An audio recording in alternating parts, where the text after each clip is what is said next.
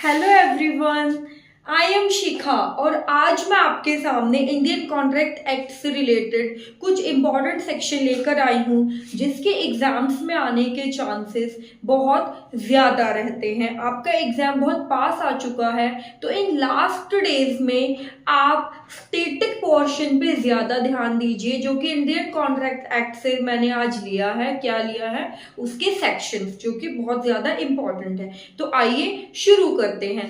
सबसे पहले मैं आपको बताती हूँ थोड़ी सी देर का काम है। इंडियन कॉन्ट्रैक्ट एक्ट का मीनिंग क्या है? ये बताता है कि कोई भी अग्रीमेंट इंडिया में किस टाइम और किस तरीके से कॉन्ट्रैक्ट में कन्वर्ट होता है। ठीक है, तो देखिए मैंने क्या लिखा है।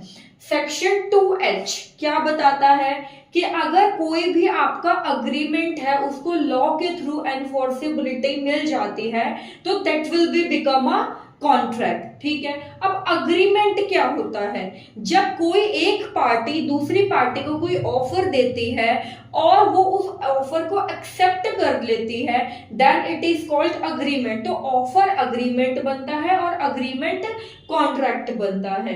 अब कोई भी अगर वैलिड कॉन्ट्रैक्ट है उसके इसेंशियल्स क्या हैं? ऑफर एंड एक्सेप्टेंस, मतलब एक पार्टी ऑफर देगी और दूसरी पार्टी उसको एक्सेप्ट करेगी। वो जो हमने ऑफर दिया है वो एज किस लिए होना चाहिए? लीगल रिलेशनशिप को क्रिएट करने के लिए। उसके अंदर फ्री कंसेंट का होना जरूरी है, मतलब वो जो एक्सेप्टेंस की गई है वो उसने अपनी मर्जी से की गई हो, कोई फ्रॉड ना हुआ हो, उसके लिए किसी भी तरीके की कोई जबरदस्ती ना की गई हो।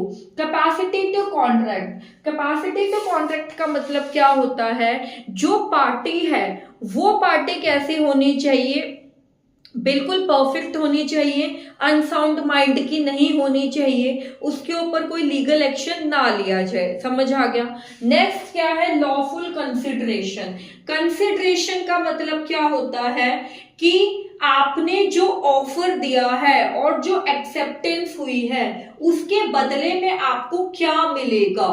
ठीक है, समथिंग टू पे, किसके बदले में? वो जो ऑफर हुआ है उसके बदले में। ऑब्जेक्ट शुड बी लॉफुल, जिसके बारे में अग्रीमेंट साइन हुआ है वो जो ऑब्जेक्ट है वो कैसा होना चाहिए? दैट ऑल्सो बी लॉफुल, वो किसी भी तरीके से इलीगल ना हो। अब कुछ इंपॉर्टेंट सेक्शन मैंने यहाँ लिखे हैं। सेक्शन 2A किसके बारे में बताता है? ऑफर के बारे में बताता है। ऑफर क्या होता है? ठीक है, जब आप कोई भी किसी को एक कुछ भी ऑफर देते हैं और उसमें आप ये बताते हैं डूज एंड डोंट्स कि क्या काम किए जा सकते हैं और क्या काम नहीं किए जा सकते, उसको बोलते हैं offer. Section 2B, section 2B में क्या बता दिए? एक्सेप्टेंस। एक्सेप्टेंस कैसी होनी चाहिए?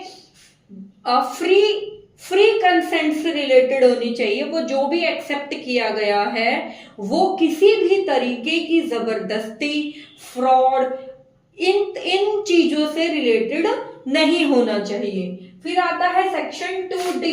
सेक्शन 2D किससे रिलेटेड है? आपका कंसिडरेशन से। कंसिडरेशन मैंने आपको बता दिया। अगर आपको इस टॉपिक से रिलेटेड कोई नोट्स चाहिए, किसी भी तरीके की आपको कोई हेल्प चाहिए तो आप मुझे कमेंट बॉक्स में प्लीज कमेंट कीजिए। मैं आपकी हर तरीके से हेल्प करने के लिए यहाँ अवेलेबल हूँ। Okay guys, thank you guys, bye bye guys.